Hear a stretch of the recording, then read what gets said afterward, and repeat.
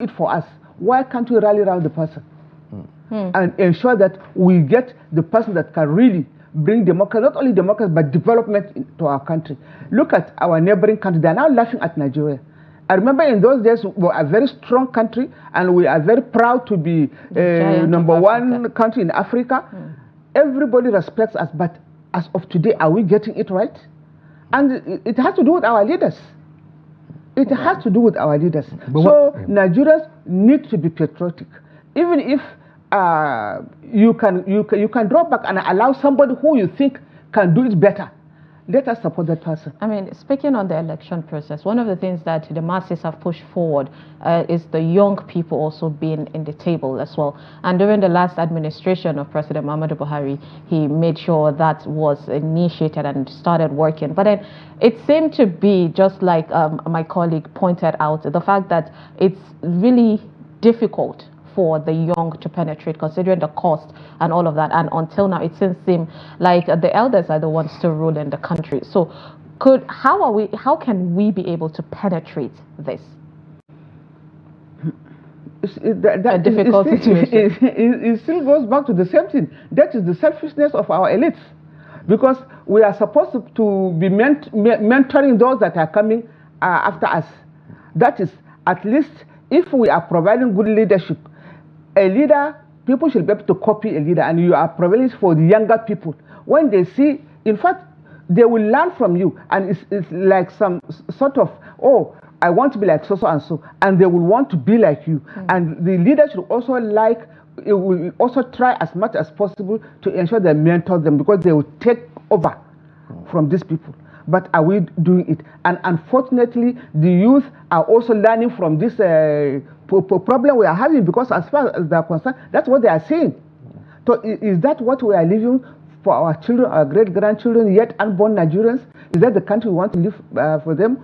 Are we likely to have a consensus? Now, since the political elites should be interested also in the stability of the country, at least, even if they are not interested in the development, but should be interested in the stability of the country. And the concern is leadership has failed, and there is need to have a change, in our attitude to leadership.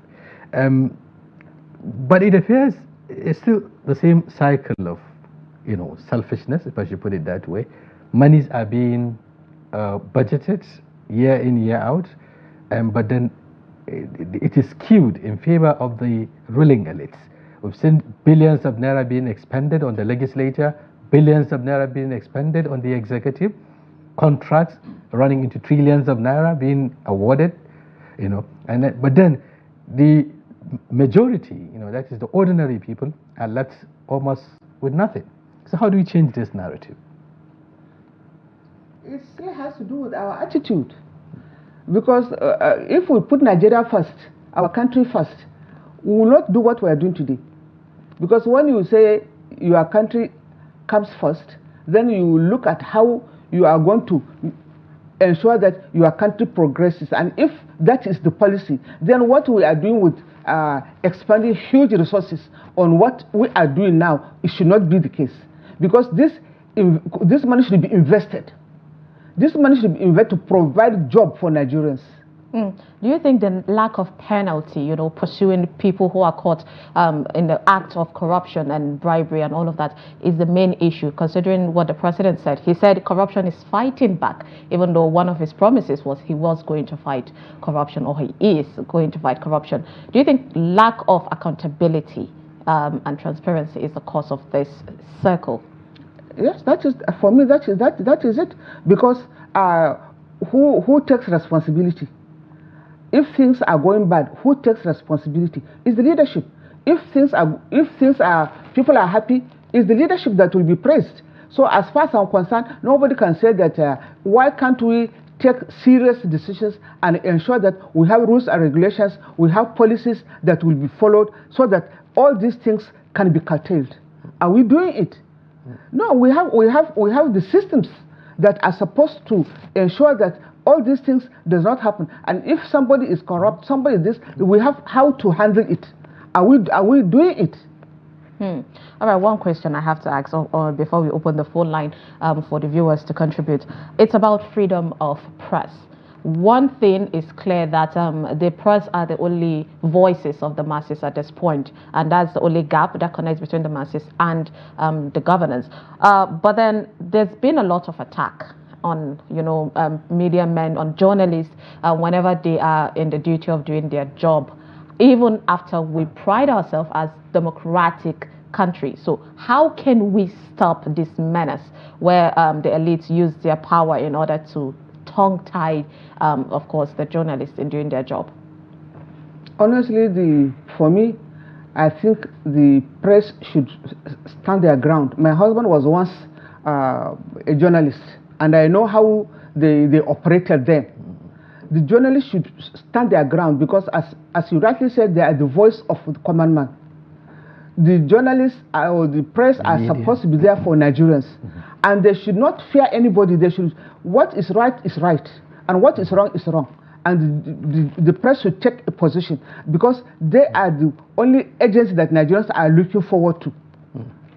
Before we open the lines, it's the conversation has to be, two sides, two ways. We're talking about leadership. What happened to the followership? Many believe that there is need for reorientation, value reorientation among Nigerians, considering how Nigerians behave these days. We're talking about corruption as one of the bane of our democracy and the country as a whole. But just recently, a senator was talking about the fact that corruption is people-induced. The public themselves, the ordinary people themselves encourage leaders to steal so that they can share with them. In fact, if you are elected and you come back home without nothing, your constituents would ask you, what are you doing? They've been sharing this and that, where is our own? So how do we change that? Yeah, it's true that we really have to maybe go back to school. Everybody will have to go back to school because honestly, as you rightly said, the whole country now, what I can get. If you are electing somebody, once that person is there, okay, I'm waiting, what can he give me? It's not what policy are they going to implement that will help me. It's what I can get now. And that is things are so bad for Nigerians now. They are now looking forward to the public officers to get something from them. Is that what we are talking about? Or when you say we are sharing palliatives, we are sharing maize, we are sharing rice to Nigerians, is that what we want? For me, that's not it. Create opportunity for them to go and farm the rice themselves and then sell it. You don't go there and say, today we are sharing palliatives to Nigerians. For me, that is not it. It's not an achievement. And that is what is now making Nigerians to be lazy. Because you give them. They don't have to work for it. They're waiting for handouts. Yes. Is that the country we want? So for me, even the common man also needs to be reoriented because they have to look at it in such a way that let me go there and work myself and earn it. That's right. Okay, it's about time I think we also involve Nigerians in the conversation. You can join us. The phone lines are there on your screen so that you can make your contributions as we celebrate Nigeria's Democratic Silver Jubilee, talking about 25 years of uninterrupted democracy. And of course, also looking at the 1 year of the current administration. Indeed. So, and let's not forget, of course, we're talking about, while we're talking about governors, we have to remember the state governors. They seem to have a lot of power, but still the people are complaining because they're not really feeling the impact of governors. And we all know the federation cannot do it alone. We're talking about the federal government. The state government needs to do their own because they are more closer to the grassroots. So what is your take on the, so far the activities of the governors of each, state, that's the 36 states that we have? Our problem is still the same. All we are saying is that even at the state level, the governor should provide, if a state is progressing, the governor is there, his people are going to the farms, the children are going to school, everybody is happy. That should be the dream of a governor, for his state to be safe, for his state to be productive. And other states will copy that state if we have a state that has this kind of progress. But in Nigeria of today, do we have a state that we can pinpoint and say, this state is this state is that? Indeed. All right, we'll take a call. Good morning. Oh, we lost that call. Please go ahead. Call the numbers on your TV screen. Let's hear your take on what is happening. Now, all right, we have another caller. Good morning. Okay, well, we're with the calls. Good morning. Good morning. Morning, how are you doing? Fine, thank you. Your name and where you're calling us from? Hamza Abdullah from Gombe State. Good to have you from Gombe, Hamza. So go ahead with your take. Actually, I first of all want to congratulate Nigerians for making it this far, even though we have gone through so many democratic processes that lead us to where we are today. But from some of the points highlighted from the guest, I quite agree with her in so many ways. And one of the points he stated clearly was corruption. If only in this country we can solve this main and stop corruption, I think we'll go a long way in going beyond what we dream to have this country where we need to have this country. Secondly, concerning the media, seriously, what's it called? The press are doing their job very well, but I can still categorically tell you that there are some areas where, hello? Yeah, we're still with you. All right. There are some areas where some, I don't know the word I will call it. Is it, what's it called? They are not represented? No. Some of the things are not being said the way they are being seen in the field. Some kind of things happened in the cycle of government, but when presented before there is kind of biases, and sometimes some things are being bought or some things are being maneuvered by some kind of, so many things. People do so many things for NC. Okay, I think that's made the point. Yeah, we lost Hamza on that one. Right. And, talking on that particular one, sometimes it's what the government give the journalists that they tend to work with. If a journalist goes to work, they go all dive in to do their civil responsibility on that one. Yeah. Talking about, yes, because the caller there also emphasized this point, the need for us to fight corruption, which is a fundamental problem in Nigeria.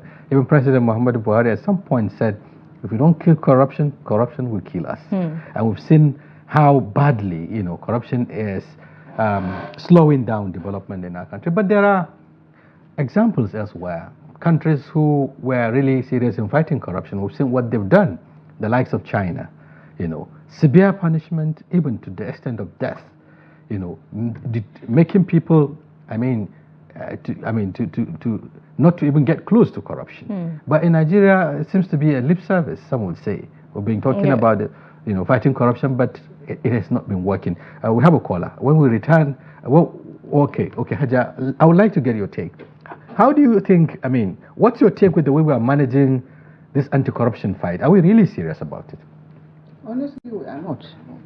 We are not, because as I said, we have agencies that are supposed to be to help us with this issue of corruption. Are we getting it right? Because what proof do you need when everyone knows what is going on? So have we seen anybody being indicted seriously for corruption in Nigeria? Rather, we've seen governors being pardoned, if you like, and those who have been involved in corruption in the past, a number of them are still holding office. And it is for us, honestly, we have to be serious about this issue of fighting corruption, because as you said, as Buhari said, if we don't kill it, it will kill us. It is killing us now. That's what is killing also this country. So we have to be. Does it have to do with our laws? Because these days you find out that people, who steal from the public funds, purse, would easily say, okay, it's just about going to court, and then if they go to court, there is what they call plea bargain. Someone steals 200 billion, just go and part ways with 100 million or 120, and then get away with the others. So is there a need for us to also look at the framework, the law? What does the law say? Why should there stringent measures against corrupt elements? The laws are there, but are we really obeying the laws? Are we really using it? Are we really using it to fight corruption? When you a leader bragging that, okay, I'm corrupt, and then you have other people that are corrupt. If you think you can go and catch so and so, if you are able to catch that person, you can. Yes. It is not about me alone. Okay. So is that what you want when you have leaders bragging like that? Is that not shameful for us to have that kind of thing? Indeed. I mean, we've had situation of people saying it's a witch hunt. You know, people are just coming for me. But let's use typical example of what happened during the Yahya Bello's situation with the EFCC. Will you say this current EFCC's administration under Ola Olukoyede is really working, but then have a bit of wall blocking, you know, their job? We have to see it eye to eye that this is what is going on. People have been indicted, but have people been indicted? Yeah, but there seems to be some kind of a blockage in at least allowing the EFCC as a body of anti-corruption to fight the corruption. Well, we'll keep on praying for them to do the right and to get it right, because anybody that has this responsibility is doing it for our country. And I think if they are really very serious about what they are doing, we will see the results. Haja, you happen to be at some point the Minister of Women Affairs, you know, in this country. What do you make up with what women in particular are going through in our democratic experiment? 25 years of uninterrupted democracy, we have women displaced, either by Boko Haram or by bandits or by, you know, all the criminal elements, including their children. A number of them have been made widows with orphan children. We're talking about out-of-school children. A number of them are as a result of their situation, you know, with the crisis. How do you feel, you know, as a woman when you see this happening? And are our leaders actually taking this issue seriously?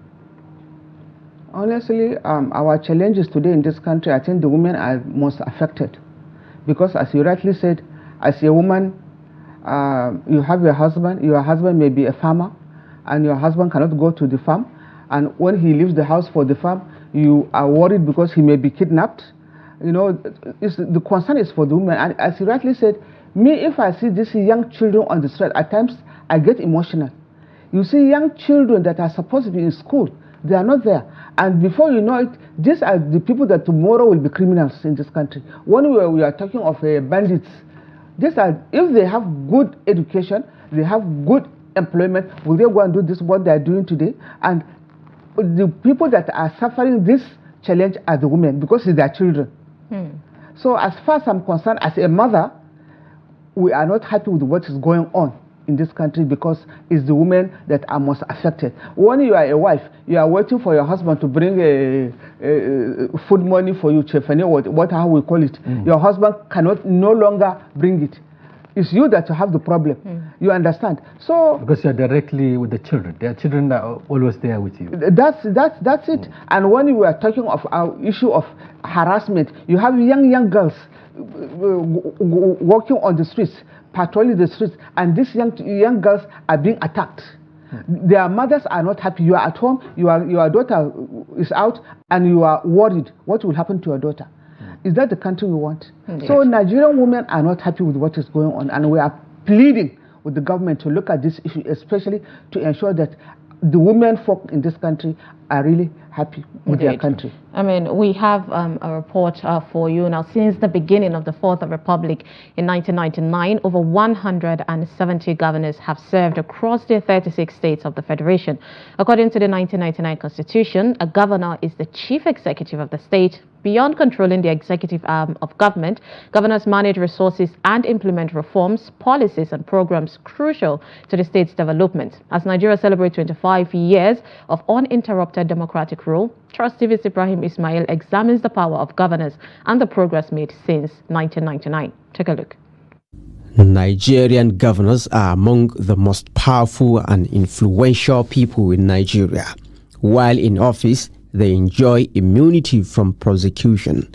They control state resources, manage the growth and development of state, receive monthly allocations from the Federation account, and command serious political power, usually unchecked by any institution. An average Nigerian governor, if I may use the term, is an emperor. even though he was voted by democratic means, using democratic processes, but his rule over the states that he governs is not up to scratch in democratic processes. And I'm saying this because it is the opinion of most Nigerians that democracy has not been up to scratch at the state levels. For decades, there have been numerous concerns regarding the conduct of some Nigerian governors, with many accused of abusing their power. Consequently, deputy governors, local council chairmen, and State House of Assembly members have often been reduced to proxies dancing to the tunes of the state chief executives. But when governors came to the leadership structure, which was changed by Obasanjo, that instead of party chairman being the leader, the governor became the leader in the state, while he as the president became the leader, the national leader. So I think so that gave the governors and the president enormous power, not only on governance, but also on in the party. Certainly by 2003, we can say most of the people came to the house of the blessing of their governors. As Nigeria marks 25 years of uninterrupted democratic rule, citizens are reflecting on the performance of state governors and the democratic journey so far. If I should appraise the performance of the governors in my state,